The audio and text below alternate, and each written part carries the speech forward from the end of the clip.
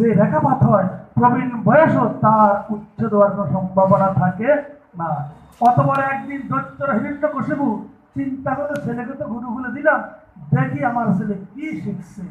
তার পুত্র প্রহ্লাদকে কোলের মধ্যে বসাইয়া মাথায় চুম্বন করিয়া আদরের সহিত জিজ্ঞাসা করলেন, বললেন, বৎস প্রহ্লাদ, গুরুর নিকটে এতদিন প্রতিদিন যা কিছু শিখিয়াছ তাহার মধ্যে ভালো কিছু অর্থাৎ পালনীয় করণীয় মনে রাখার মতো কিছু কথা এখন তুমি আমাকে বলো। পিতার আদেশে প্রহ্লাদ বললেন, শ্রবণং কীর্তনং বিষ্ণু শরণং পাদ সেবনং অর্চনং বন্দ দাস্য সৈক্য আত্মনিবেদনং। কয় কি? দিলাম নীতিশাস্ত্র, যেহেতু বিষ্ণুর কথা কয় যে আমার দুশ্মন। শ্রবণং জিজ্ঞাসা করছে তুমি কি শিখছো বলো, মনে রাখার মতো, পালন করার মতো। তো প্রহ্লাদ তো ভগবানের যা কয়েছে গুরু পুত্র কিচ্ছু শুনে নাই, সে ভগবানের নবিতা ভক্তি আচরণ করতেছে। যখন পিতা বললো বলো, বলছে শ্রবণং কীর্তনং বিষ্ণু শরণং পাদ সেবনং অর্চনং বন্দ দাস্যনাত্ম নিবেদনম। প্রহ্লাদের মুখ থেকে তার শত্রু বিষ্ণুর মহিমা কীর্তন শোনামাত্র হিরণ্যকশিপু খেপে গিয়ে প্যালেনে জ্বলে উঠলেন।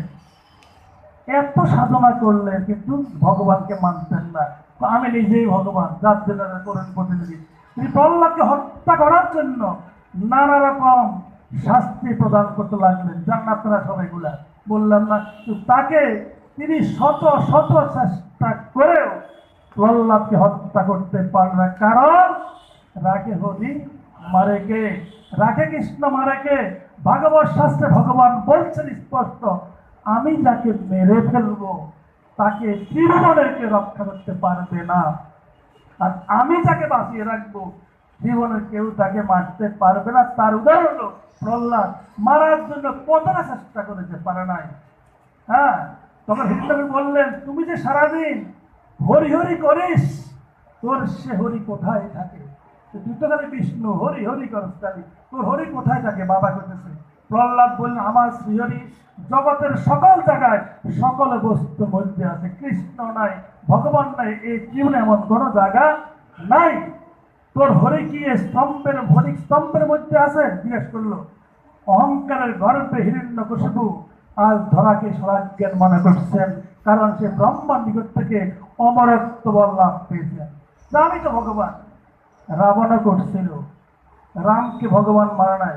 স্বর্গ মর্ত পাতাল জয়ী দশমুণ্ড যার, সেই লঙ্কা রাবণের পতন হয়েছিল, করেছিল অহংকার। 1,00,000 পুত্র ছিল তার, 1,00,000 নাতি, মরতে মরতে একজন রইল না, বংশে দিতে বাতি। রাধে রাধে। এই যে অহংকার, হিরণ্যকশিপু মনে যে আমি ব্রহ্মার অমরত্ব ভগবান কেন বেটা, বিষ্ণুকে না, আমি নিজে ভগবান। তুই হরি হরি করিস খালি। হ্যাঁ, বলে হিরণ্যকশিপু ব্রহ্মাণ্ডের মাত্র হল ফলদায়।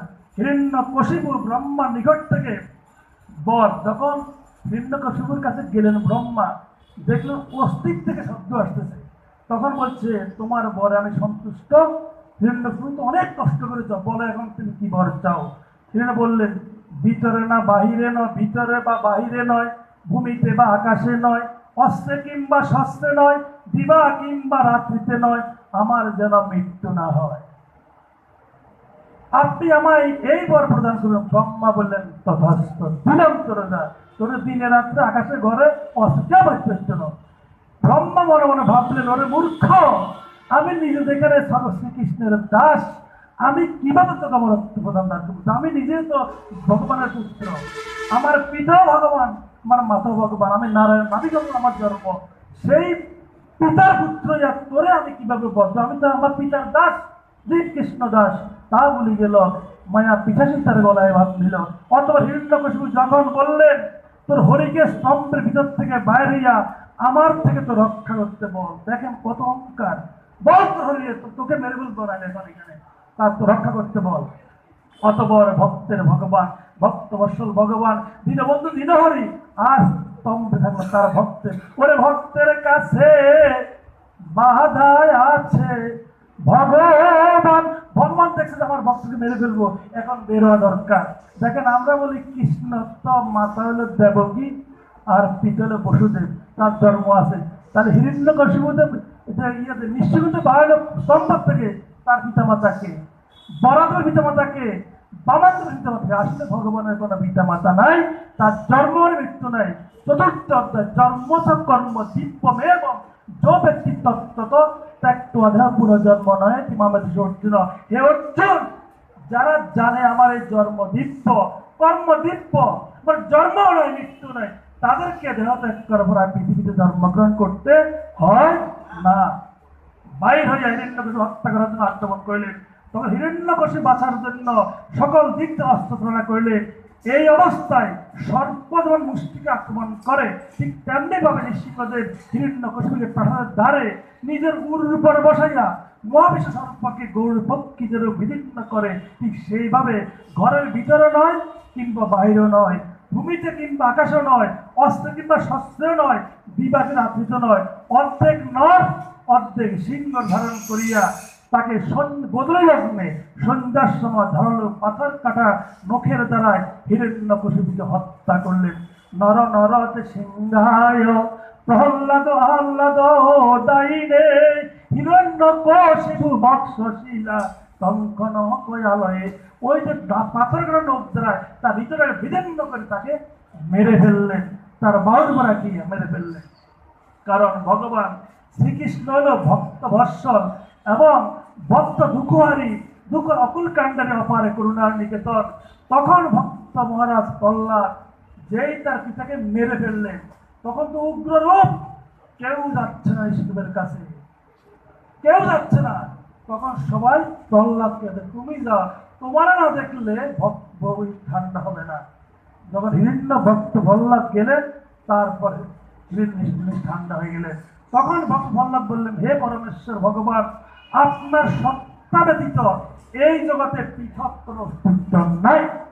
মহামদ্দা গীতা মত্ত পরতরম ন অন্য কিঞ্চিত অস্তি ধনঞ্জয় ময়ী সর্বম ইদম প্রতম সূত্রে মণিগণাইব। হে অর্জুন, মত্ত পরতরম নন্য, আমার থেকে এই জগতে আর বড় কেউ নাই। সুতার মধ্যে যদি মালাসল গাঁথা থাকে, এই সমস্ত পৃথিবী আমার মধ্যে গাঁথা আছে। রাধে রাধে। বলছে জগৎ, আপনি জগৎ ছাড়া হলো, জগৎ কিন্তু আপনাকে ছাড়া নয়। প্রহ্লাদ বলে, আপনি না থাকিলে জগৎ থাকিতে পারে না, জগৎ না থাকিলেও আপনার সত্তার অভাব হয় না। সৃষ্টির পূর্বে জগৎ ছিল না, কিন্তু তখনও আপনি ছিলেন। আবার জগৎ সৃষ্টি হলো, আপনি থাকেন। মহাপ্রলয়ে যখন এই জগৎ বিনষ্ট হয়ে যাবে, তখনও আপনার অস্তিত্বের কোনো বিলীন হবে না। মানে ভগবান সব সময়, ওই যে আমার এই যে একটু আগে আমার যে শ্রদ্ধেয় আমার এই যে শ্রদ্ধা বলছেন যে ঠাকুর চলে গেলে ভক্ত বলছে আমরা কোথায় পাবো। মহাপুরুষ ভাগবত বলছে, ঠাকুরের সময় চমনি না, ভাগবত বলছে মহাপুরুষের সময় দিলে এক বিমান ওরা উঠে যায়। ওরা যতদিন জগৎ জীবের কল্যাণের জন্য তারা বিচরণ করে। মহাপুরুষ ঠাকুর সব চিত্রপটও আছেন, ওই যে সব জায়গায় আছে। মহাপুরুষের মৃত্যু হয় না, যতদিন জীবের দরকার তারা ততদিন থাকেন। সমাধি দিই আমরা, কিন্তু ওখানে থাকে না ওরা। রাম ঠাকুর তমনি বাদমান মন্দিরে, ঠাকুর কিন্তু ওইখানে নাই। ঠাকুর ঘুরতেছেন সবখানে, চিত্র সবখানে আছে। সেই ভক্ত মহারাজ প্রহ্লাদ, আমরা যারা কলিয়ুগ জীবাসী, তিনি আমাদের সকলের উদ্দেশ্যে বলে গিয়েছেন, তোমারও আসলে প্রাজ্ঞ ধর্মানো ভগবতী। আর একটু মহারাজ বলছে, বদনটা কখন করব, কখন করব। এখানে প্রহ্লাদ দেখাচ্ছেন, দেখা ভজনের সময় শিশুকা নেই, তখন ওরা পাপ থাকে না, জড়দের কামড় বাসা থাকে না, সংসার যাতনা থাকে না। বলছে কুমারও আচরণ প্রাজ্ঞ ধর্মানো ভগবতী, অর্থাৎ কুমার অবস্থায় ভাগবত আচরণ করা উচিত। কেননা মনুষ্য জনমতি দুর্লভ, ৮০ লক্ষ জনমকে ঘুরিয়া বাইপাস করিয়া এই দুর্লভ মানব পেয়েছি কৃষ্ণ ভজন করবো বলে, গুরুর চরণে আশ্রয় দিয়ে গুরুকে মাধ্য ভজন করবো বলে। হ্যাঁ, যদি অল্প বয়সে মৃত্যুর কোলে পতিত হয়, তবে তো আর এই ধরনের গোবিন্দ গুরু ভজন হবে। যদি আমি ছোটবেলায় বাচ্চা মরে জানাবে, তাহলে গুরুদেবের গোবিন্দ ভজন তখন করবে, প্রহ্লাদ বলছে। হ্যাঁ, যদি অল্প বয়সে মৃত্যু হয়, তখন তো আর এই জন্মে গুরু গোবিন্দ ভজন হবে না, হবে না। কারণ ভাগবত শাস্ত্র বলছে, শরীরং ক্ষণ বিদ্যাংসী কল্পন্তে স্থায়ী ন গুণা। এই শরীরটা ক্ষণস্থায়ী। একটু মানুষ বলছে, যে মরে যেতে পারে এখন শরীরং ক্ষণ বিদ্যাংশী কল্পনা, এই শরীর ক্ষণস্থায়ী, যেই কোনো সময় হরে কৃষ্ণ হরি বল দিব্যাং লোকান সর্বচ্যতু, মুসলমানরা বলে ইন্নালিল্লাহ ইন্না ইলাইহি রাজিউন, হয়ে যেতে পারে। তাই প্রহ্লাদ বলছে দেরি করিও না, এখনই ভজন করো। হ্যাঁ, দুর্লভ যদি হ্যাঁ যদি যদি বলেন যে এই জন্মে না পারিলে পরের জন্মে গুরুদেবের আশা করতে হবে না, ঠিক আছে আমি এই করবো না, আমি পরের জন্ম করব। প্রহ্লাদ বললেন তাহার কোনো ইচ্ছাটা নাই। হ্যাঁ, কারণ আমরা ৮০ লক্ষ দিন ভ্রমণ করিয়া তবে দুর্লভে মারাদ লাভ করিয়াছি। তাই সকলের উচিত বাল্যকালে হরিভজন করা, শিশুকালে কৃষ্ণ ভজে, কৃষ্ণ পাবার আসে, যৌবন কালে কৃষ্ণ ভজে, কৃষ্ণ আসে কি না আসে প্রশ্নবোধক চিহ্ন। শিশুকালে কৃষ্ণ ভজে গ্যারান্টি, কৃষ্ণ পাবার আসে, যৌবন কালে কৃষ্ণ ভজে, কৃষ্ণ আসে কি না আসে, বৃদ্ধকালে কৃষ্ণ ভজে, জমেরও তার আসে।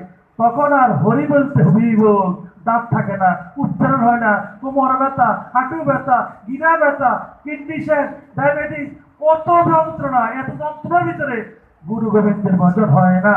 তাই বলছে শিশুকালে কৃষ্ণ ভজে, কৃষ্ণ ভগবান আসে, যৌবনকালে কৃষ্ণ ভজে, কৃষ্ণ আসে কিনা আসে, আর বৃদ্ধকালে কৃষ্ণ ভজে, কৃষ্ণ তার আসে। হ্যাঁ, কারণ শিশুকালে কাম রিপু থাকে না, স্বরিপু আমাদের আছে না কাম রিপু। শিশুকালে ৮ বছর পর্যন্ত ভগবান বলছে তার অপরাধ গণনা করা হয় না, কারণ ৮ বছর পর্যন্ত তার শরীরে কামনা উদ্বেগ হয় না। যেই কামনা সৃষ্টি হয় তখনই ভোগ বাসনা ভাসে, তখনই অপরাধ হয়। স্বরিপুর ধারণা থাকে না। যদি পরিণত বয়সে হরিভজন করা হয় তখন স্বরিপুষক কামনা বাসনা আসিয়া সাধন ভজনে বাধা প্রদান করে। যখন তার ২ পাও যথা ইচ্ছে তথা যাও, যখন তার ৪ পাও